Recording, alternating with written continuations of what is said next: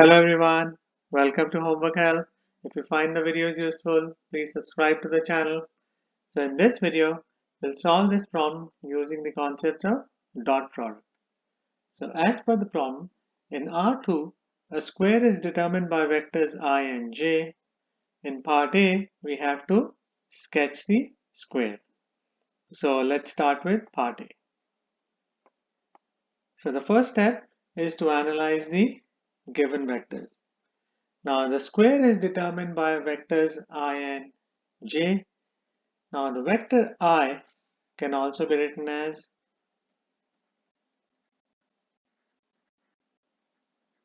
I plus 0j. So this vector is along the x-axis. And the second vector j can also be written as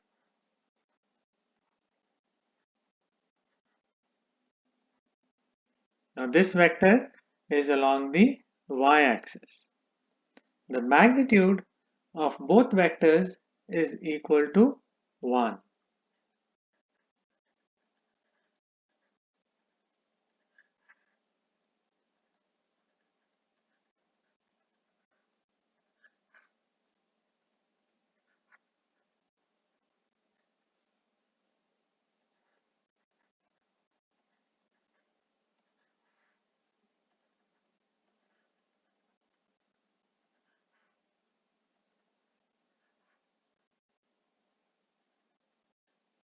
So that means the length of each side of the square is 1 unit.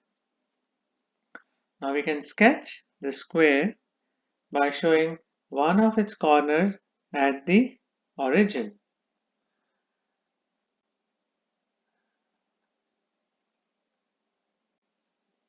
And the corner on the x-axis is 1 unit away from the origin because the length of each side is 1 unit. And along the y-axis, the corner is 1 unit away from the origin.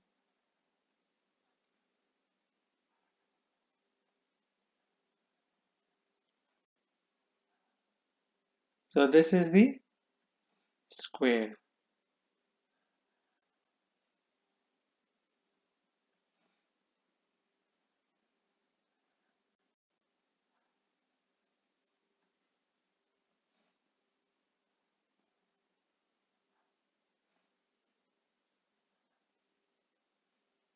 So we are done with part A. Now we can analyze part B. Determine the vector components for the two diagonals. So for that, let's label the corners of the square.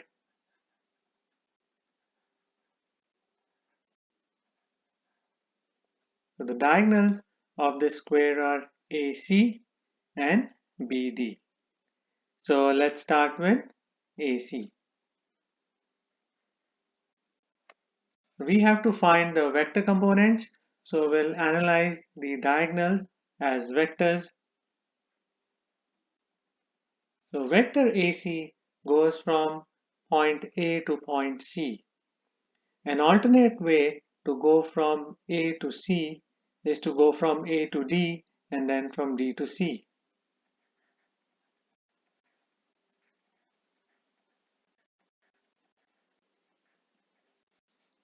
Now vector AD is equal to the given vector I.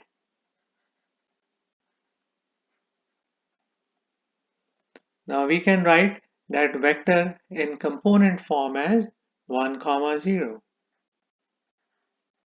because that vector is along the x-axis. Now vector DC is equal to vector AB because in a square, opposite sides have equal length and are parallel to each other.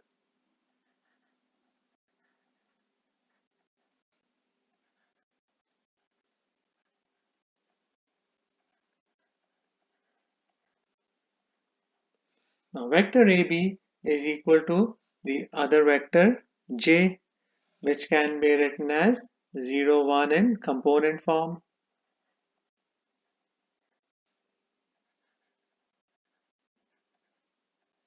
Now we can add these two vectors.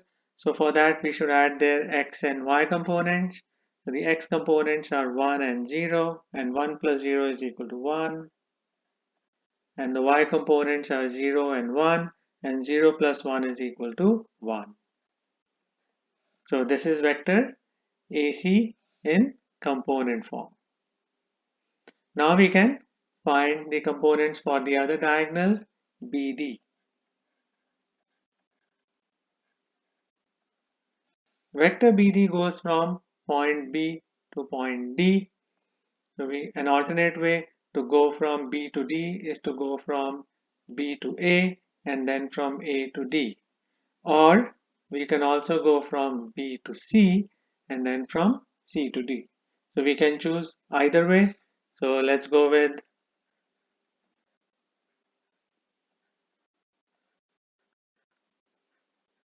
C to D.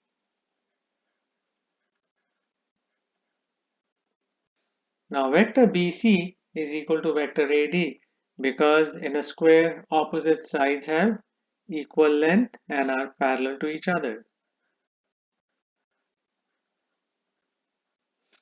And vector CD is opposite to vector DC. So we can write vector CD as minus vector DC.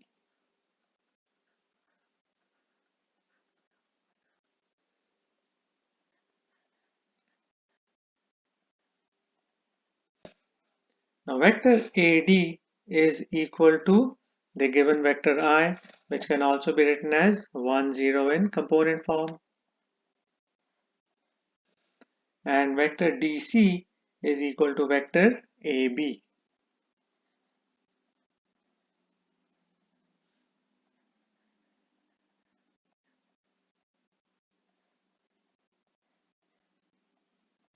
And vector AB is equal to the given vector J, which is also 0, 1 in component form.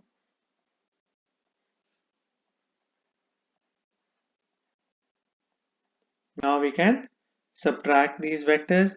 So we have to subtract their x and y components. So the x components are 1 and 0, and 1 minus 0 is equal to 1. The y components are 0 and 1. So if we subtract them, 0 minus 1 is equal to negative 1. So this is the other diagonal BD in the form of a vector. So we are done with part B. Now we can analyze part C. Verify that the angle between the diagonals is 90 degrees.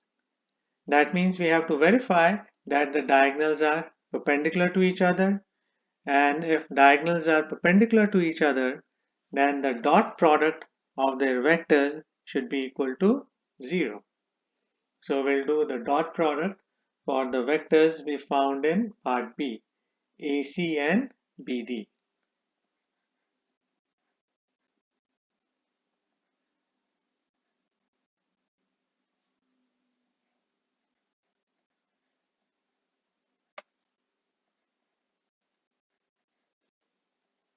For the dot product, we'll have to multiply the x components and y components.